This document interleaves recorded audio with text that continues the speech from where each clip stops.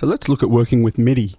I'm going to add a low bass line to complement this higher bass line up here on our track. So I'm going to add new track, and I'm going to go to bass and 808, and you can explore the different sounds by checking in the library over here. Once again, just by clicking that button there.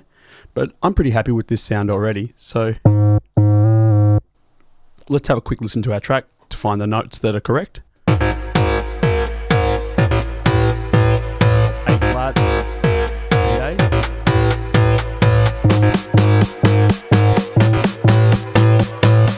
And I'm going to go down the register, down an octave.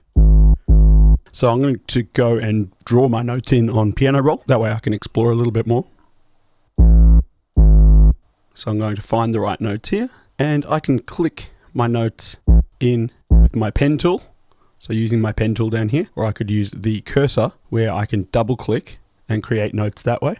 I can change the length of the note by hovering my mouse over the end of the note that I've drawn in and click and drag that out. I can also move that to different pitches. So if I just click and drag that around, and we can just explore. So something to note is that if you place this before the starting point of this clip, it's not going to trigger the MIDI. The note has happened before the instrument has received that information. So you've got to make sure you really stick to the grid here. So I'm going to explore and make a bass line.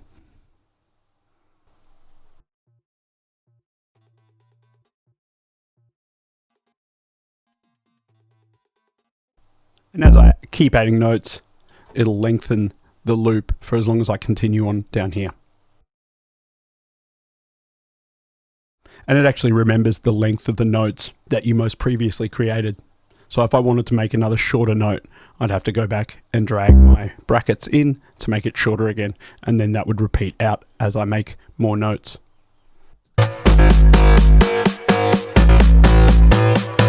I can also go and click and drag over all of them, selecting them, and maybe lengthen out all of them a little bit more.